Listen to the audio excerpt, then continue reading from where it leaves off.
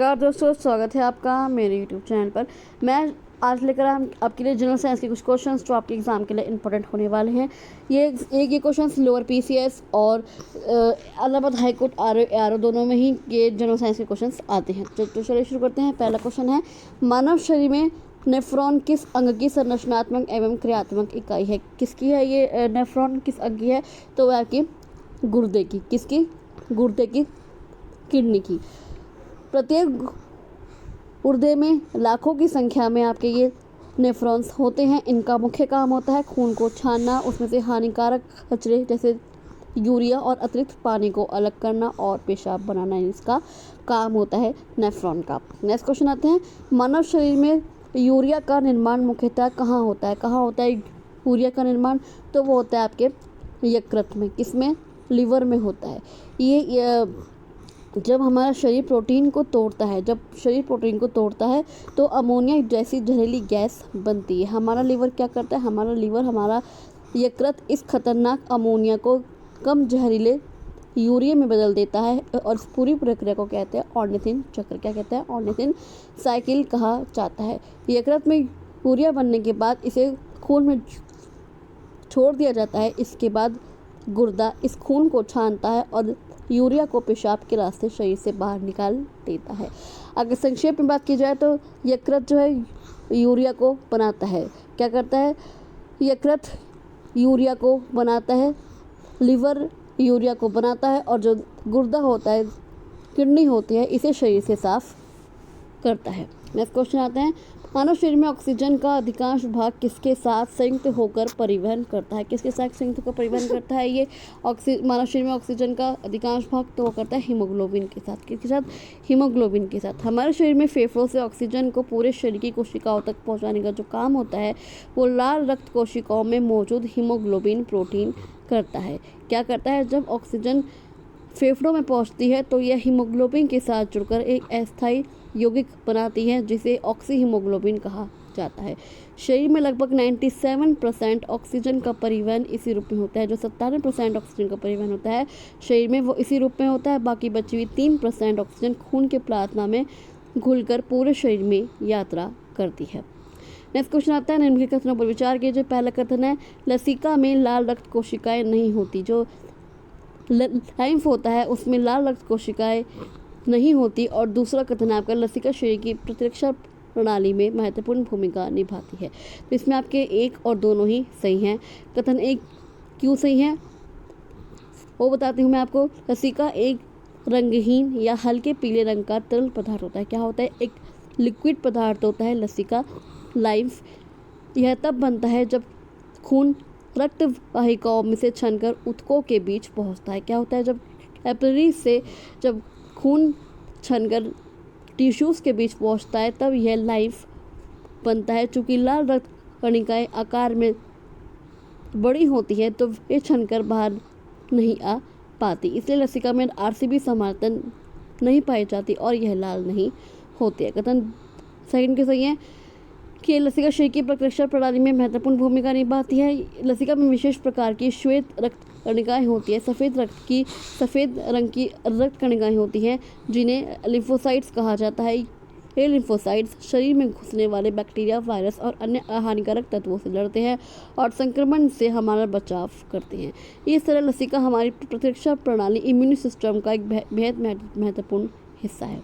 Next question आता है, निम्नलिखित में से कौन सा युग्म सही सुलोमित है? तो इसमें आपका पेप्सिन प्रोटीन पाचन। कौन सा? पेप्सिन प्रोटीन पाचन। पेप्सिन एक एंजाइम है। पेप्सिन एंजाइम हमारे आमाशय, जो हमारा स्टमक होता है, ये प्रोटीन को तोड़कर उसे छोटे टुकड़ों में बदलने का काम करता है। क्या करता है? पेप्सिन हमारे स्टमक में प्रोटीन को तोड़ता है और उसे छोटे टुकड़ों, पेप्टोन्स और पेप्टाइड्स में बदलने का काम करता है। नेक्स्ट क्वेश्चन आता है, मानव शरीर में रक्त का पीएच लगभग कितना होता है? कितना होता है शरीर में रक्त का पीएच? तो होता है 7.4। कितना होता है? 7.4 होता है रक्त का पीएच। मानव शरीर में रक्त का पीएच का मान थोड़ा क्षारीय होता है। कैसा होता है? क्षारीय होता है और इसकी सामान्य सीमा 7.35 से 7.45 के बीच होती है, इसलिए औसत रूप से इसे 7.4 माना जाता है। आप जानते ही होंगे कि 7 उदासीन होता है, क्या होता है, न्यूट्रल होता है, 7 से कम अम्लीय और 7 से अधिक क्षारीय होता है। यदि रक्त का पीएच मान 7.35 से कम हो जाए तो उस स्थिति को क्या कहते हैं, एसिडोसिस कहते हैं, और यदि 7.45 से अधिक हो जाए तो उसे अल्कलोसिस कहते हैं। ये दोनों स्थितियां शरीर के लिए घातक हो सकती हैं। नेक्स्ट क्वेश्चन आता है, मानव शरीर में सबसे छोटी अस्थि कौन सी होती है, सबसे छोटी हड्डी कौन सी होती है मानव शरीर में, तो होती है स्टेप्स। कौन सी, स्टेप्स, जो कान की हड्डी होती है, जिसे हिंदी में रकाब भी कहा जाता है। ये मानव शरीर की सबसे छोटी और हल्की हड्डी होती है। यह हमारे मध्य कान में स्थित होती है। इसका आकार लगभग एक चावल के दाने के करीब होता है, लगभग 3 मिलीलीटर होता है। जैसा कि मैं क्या आपको ऊपर एक फोटो दिखाऊंगी, आपको दिख ही रहा होगा। हमारे मध्य कान में 3 छोटी हड्डियाँ होती हैं, मैलियस, इनकस और स्टेप्स। जब बाहर से ध्वनि तरंगे हमारे कान के पर्दे से टकराती हैं तो ये तीनों हड्डियां मिलकर उस कंपन को एम्पलीफायर की तरफ बढ़ाती हैं और आंतरिक कान तक पहुंचाती हैं, जिससे हम सुन पाते हैं। नेक्स्ट क्वेश्चन आता है, मानव हृदय में कितने कक्ष होते हैं। मानव जो हार्ट होता है उसमें कुल कितने कक्ष होते हैं, कुल कितने चैम्बर्स होते हैं, तो होते हैं 4। कितने, 4। मानव हृदय में, ह्यूमन हार्ट में कुल 4 कक्ष होते हैं, 4 चैम्बर होते हैं, जो शरीर में शुद्ध और अशुद्ध ऑक्सीजन को, खून को आपस में मिलने से रोकते हैं। क्या करते हैं, जो अच्छी ऑक्सीजन होती है और जो बेकार ऑक्सीजन होती है उसे आपस में मिलने से रोकते हैं। ये 4 कक्ष। ऊपरी 2 कक्ष कौन कौन से हैं, अलिंद होते हैं, दाया अलिंद और बाया अलिंद।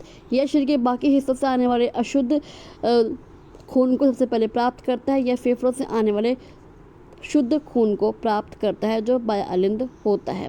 और निचले 2 कक्ष कौन से होते हैं, ये होते हैं निलय, दया निलय और बाया निलय। दया निलय क्या होता है, यह दाएं अलिंद से अशुद्ध खून लेकर उसे साफ होने के लिए फेफड़ों में पंप करता है। और ये बाया निलय क्या होता है, यह बाएं अलिंद से शुद्ध खून लेकर उसे मधामनी के जरिए पूरे शरीर में पंप करता है। यह हृदय का सबसे मजबूत और बड़ा कक्ष होता है। सभी स्तनधारियों और पक्षियों में 4 कक्षीय हृदय होता है, जबकि मेंढक जैसे जीवों में 3 कक्ष और मछलियों में केवल 2 कक्षी होते हैं। नेक्स्ट क्वेश्चन होता है, मनुष्य में सामान्यतः स्थायी तत्व की संख्या कितनी होती है। कितने होते हैं स्थायी तत्व मनुष्य में, तो होते हैं 32। कितने, 32। हमारे मुंह में ऊपर और नीचे के जबड़ों में कुल 16 दांत होते हैं। 4 प्रकारों में बांटा जाता है इन्हें, कृंतक, अदनक। कृंतक कौन से, 8 दांत, या के 4 दांत हैं जो भोजन को काटने का काम करते हैं। रदनक, ये 4 दांत होते हैं, ये नुकीले दांत होते हैं कोनों पर, जो भोजन को फाड़ने और छीनने का काम करते हैं। आगे अवर्णक, ये चबाने वाले दांत होते हैं जो रदनक के ठीक पीछे होते हैं। चवर्णक, ये सबसे पीछे की दाढ़ें होती हैं जो भोजन को पीसने का काम करती हैं।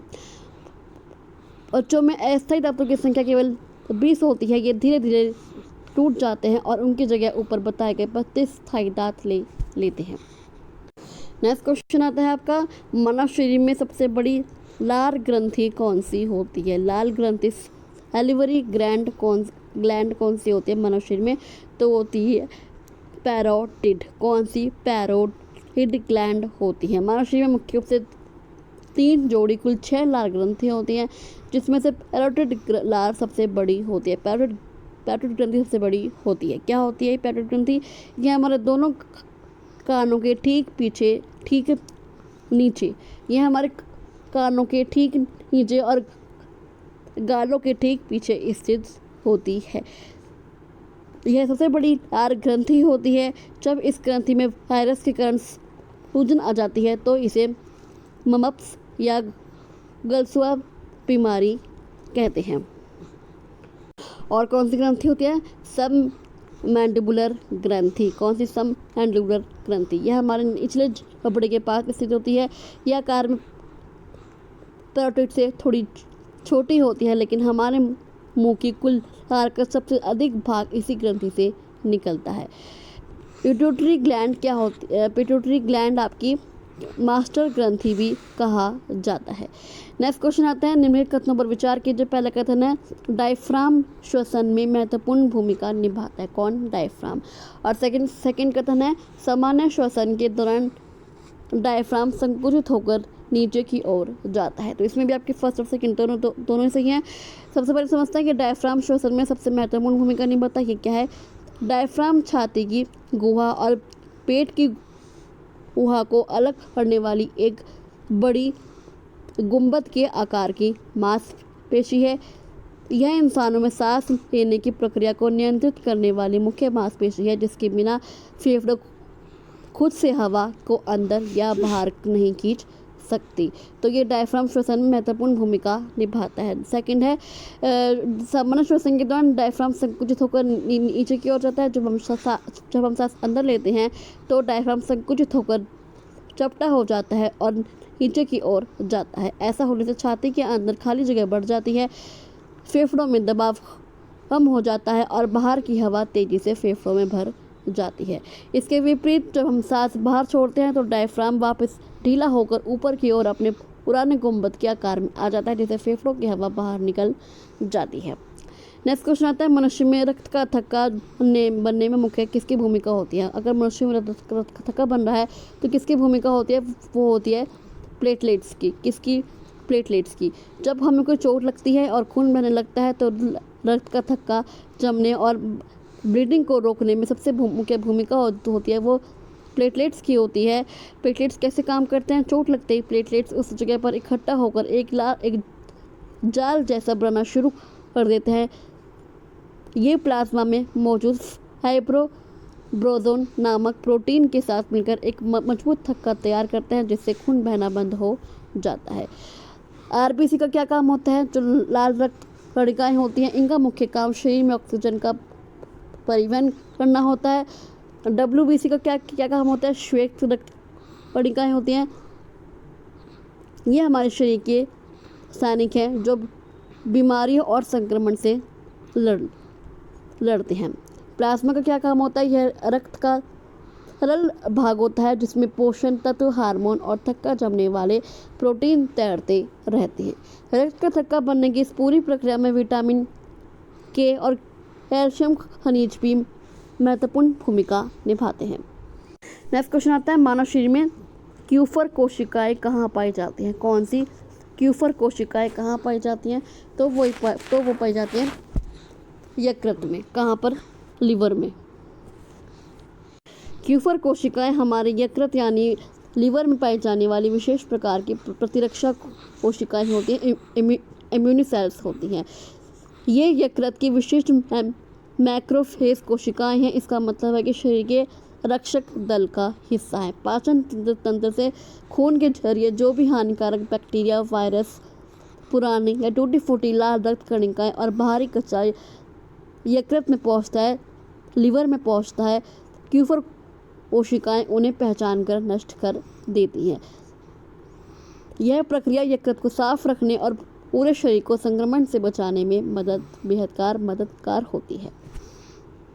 नेक्स्ट क्वेश्चन आता है, विटामिन B12 के अवशोषण के लिए कौन सा पदार्थ आवश्यक होता है? विटामिन B12 के अवशोषण के लिए तो वो पदार्थ होता है इंट्रिसिनिक फैक्टर। कौन सा? इंट्रिसिनिक फैक्टर। विटामिन B12 जिसका रासायनिक नाम होता है साइनोओलोबामिन होता है कि अवशोषण के लिए कैल का इंट्रिसिनिक फैक्टर काम करता है, बेहद ज़रूरी होता है। ये कहाँ बनता है? इंट्रिसिनिक फैक्टर एक प्रकार का ग्लाइकोप्रोटीन है जिसका निर्माण हमारे आमाशय कहाँ पर? हमारे स्टमक की पैरेंटल कोशिकाओं में द्वारा होता है। कहाँ होता है? ये हमारे स्टमक की पैरेंटल कोशिकाओं द्वारा होता है इसका निर्माण, इंट्रिसिनिक फैक्टर का निर्माण। यह कैसे काम करता है? जब हम भोजन के माध्यम से विटामिन B12 लेते हैं तो आमाशय में यह इंट्रिसिनिक फैक्टर के साथ जुड़ जाता है।